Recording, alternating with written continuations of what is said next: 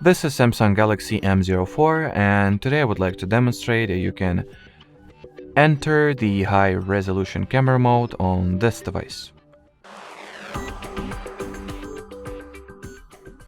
So to start, we will obviously need to open the default camera app, and then in order to enable the high resolution mode, tap at the aspect ratio icon over here, and then choose this 3:4 15 megapixels aspect ratio option. And now the photos or pictures that you will take will have improved quality, increased level of details, but it comes at the expense, and well, increased definition obviously, but it comes at the expense of, significantly more bigger file size. So as you can see, it's here is the resolution, the file size, the amount of megapixels, which is 50. That's why the mode is called 50 megapixel mode, and other various camera parameters.